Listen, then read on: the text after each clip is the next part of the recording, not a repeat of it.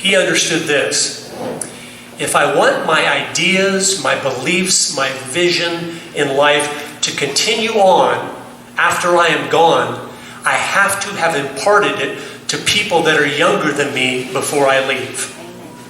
And that's what the Rhodes Scholarships are all about. He took a portion of that wealth, and he put it into the Rhodes Foundation, and it's a genius idea. He goes, I want the smartest and the brightest of the world carrying forth my vision. Okay, so not just anyone gets a Rhodes Scholarship. You have to have the highest test scores and the most potential where they go, hey, this person's probably going to be somebody. And so the Rhodes Foundation will come and go, we would like to give you a full college scholarship wherever you want to go. And they're like, thank you. Do you want anything in return? No. We just want to help you because you're so bright. And so they do that. They'll pay their $400,000 Harvard bill or whatever.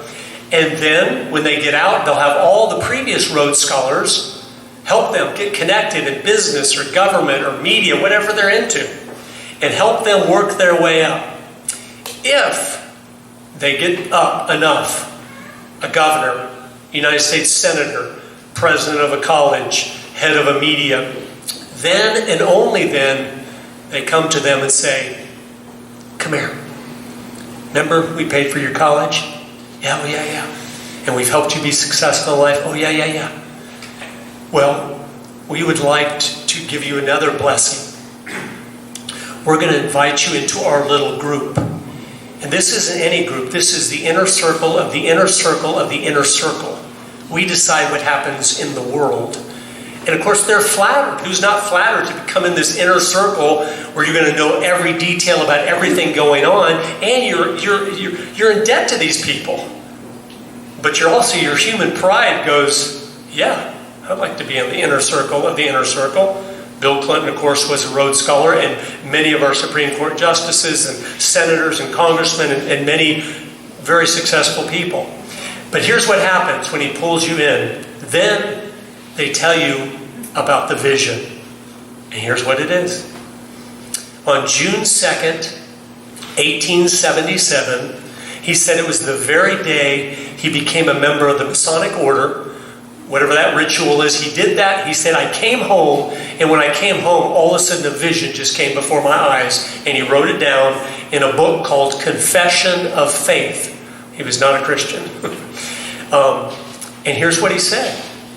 He said, quote, the idea gleaming and dancing before one's eyes like a will-o'-the-wisp at last frames itself into a plan. Why should we not form a secret society but with one objective? The furtherance of the British Empire and the bringing of the whole world under British rule, and for the recovery of the United States, and for making the Anglo-Saxon race but one empire. And he goes on through that Confessions of Faith book and says, we are going to work for the religious, political, and economic unification of the world. One of the people he had met down in Africa in the diamond mines was a man named Lord Rothschild, who was the richest man in the world and also owned those mines. He had the same objective to rule the world as most of these elites do. So they teamed up. And this man, Cecil Rhodes, must have been an incredible, like a Ronald Reagan communicator. Because they say Rothschilds, who knew the elites of the world, he would set up luncheons where there might be 5 or more of the richest families in the world at one luncheon, and Cecil Rhodes would come and present his vision for the world to them. And they said at the end of most of those luncheons, every single one of those families would say, our entire family fortune's in. We want to be part of this. Because they want to rule the world. And so they slowly got the wealth of the world behind this vision of the unification of the world. And the first little group that he started also had a very humble name, the Society of the Elect. And they thought that just like all these elites do, like Karl Marx they literally think, you guys are idiots. You would have no clue what is best for you.